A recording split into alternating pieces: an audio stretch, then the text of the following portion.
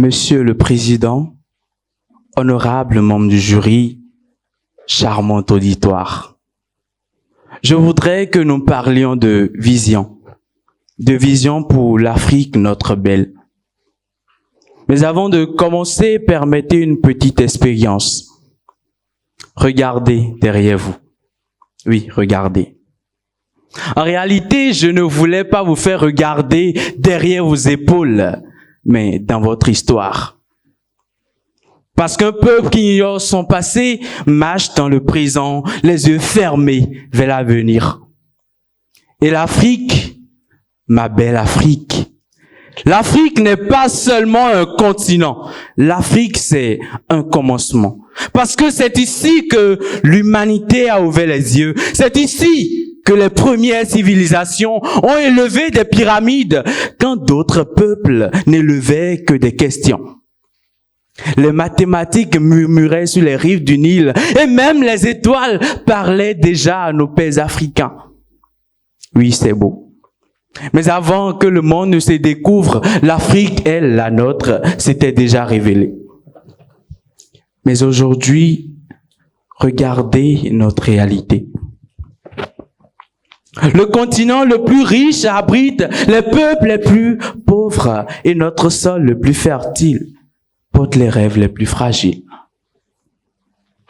Alors je vous pose la question.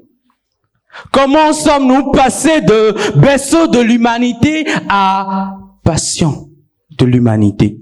Parce que c'est cela.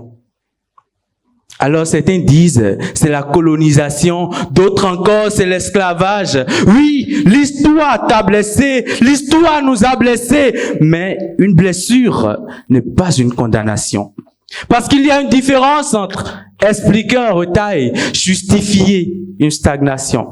L'Afrique, ma belle, n'est pas en retard. L'Afrique est juste retenue par nos paresses, retenue par nos excuses, retenue par nos procrastinations.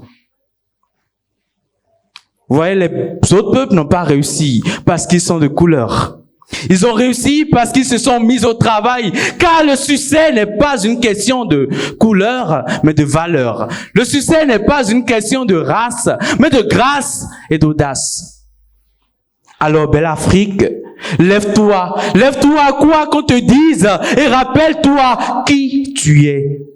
Tu n'es pas un continent de misère, tu es un continent de mystère, de lumière et d'ingénieurs. Oui, je crois. Mais vous savez, l'Afrique est comme un dragon qui réclame un briquet. Mais je crois que le jour où l'Afrique regardera enfin son reflet, le monde ne verra pas un continent qui quémande, mais un continent qui commande son destin. Alors répétez avec moi, Afrique, je te donne ma parole. Afrique, je te donne mon travail. Afrique, je m'engage. Vive l'Afrique, la belle, celle qui ne trafique pas, mais qui fabrique. Je vous remercie.